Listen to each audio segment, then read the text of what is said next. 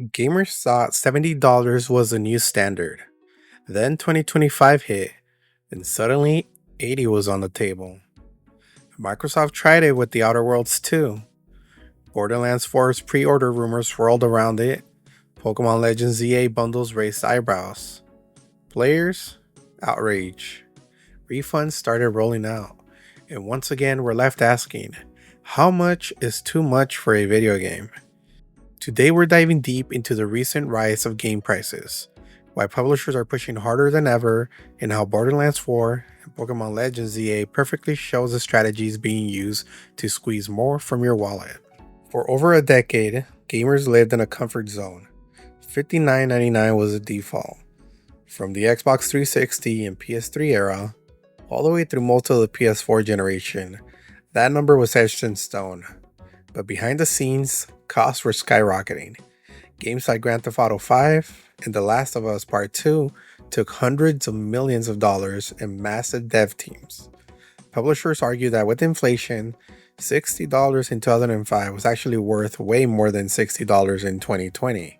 So, when the PS5 and Xbox Series X launched, companies like 2K, Activision, and Sony decided the time had come. The new standard became $69.99. And honestly, most of us grumbled, but paid up. But here's where things get wild. In mid-2025, Microsoft listed The Outer Worlds 2 for $79.99. 8-0. That's $10 jump might not seem huge, but it was symbolic. It felt like a new line was being crossed. Gamers revolted, social media exploded, articles slammed the move, and within weeks, Microsoft backtracked. The price fell back to $69.99 and refunds went out to anyone who had already pre-ordered at the higher price. The message was loud and clear. Push too far, too fast, and players will push back. Let's talk Borderlands 4. Pre-orders are up, and here's what we see. Standard Edition, $69.99. Deluxe Edition, $99.99. Super Deluxe Edition, $129.99. That's right, 3 tiers. And this is a playbook we've seen time and time again.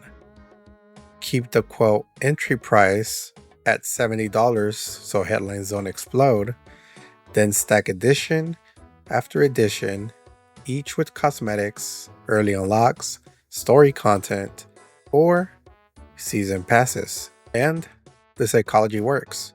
If you're a huge fan, quote, just $30 more doesn't sound crazy for deluxe. And from there, quote, only $30 more for super deluxe.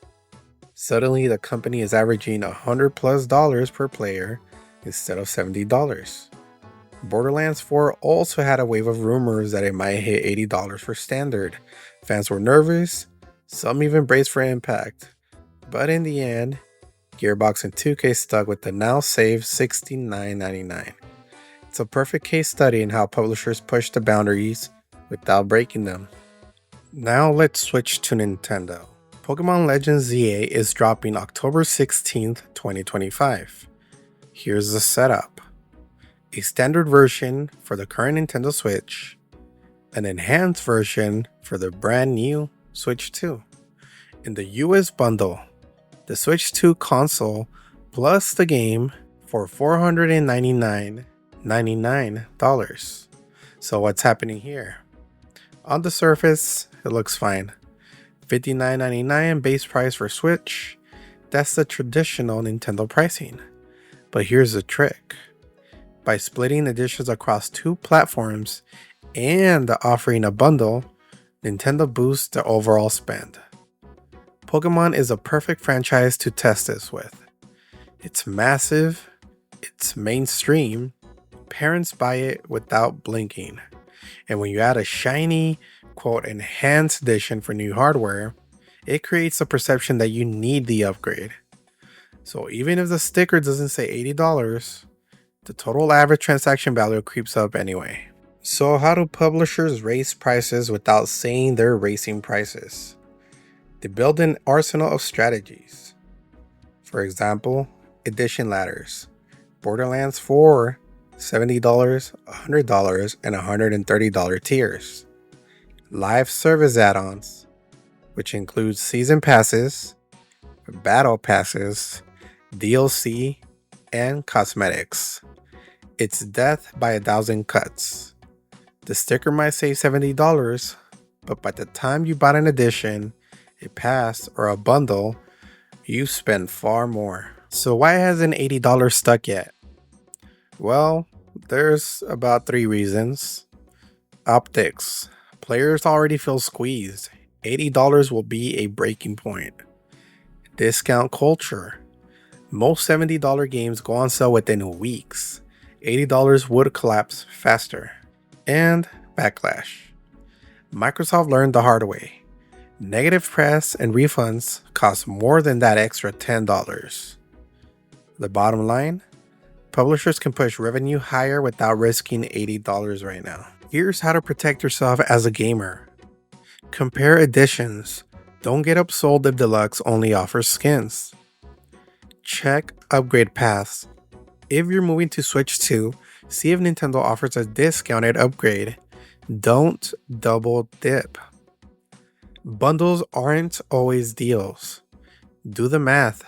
Sometimes buying the console and game separately is cheaper. Finally, wait.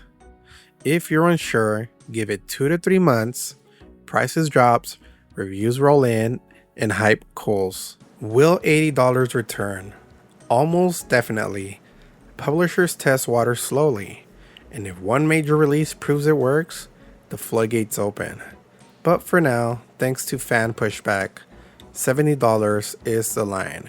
And every time you hold off on overpaying, you're voting with your wallet. So what do you think? Is $70 fair in 2025? Is $80 reasonable as well? Or are edition ladders and bundles a real sneaky price hikes? Drop your thoughts in the comments. If this breakdown helped, hit like, subscribe for more buyer savvy coverage, and share this with a friend thinking of pre-ordering Borderlands 4 or Pokémon Legends ZA. Also, please be sure to check the description box to learn more about the channel, and I'll see you on the next one.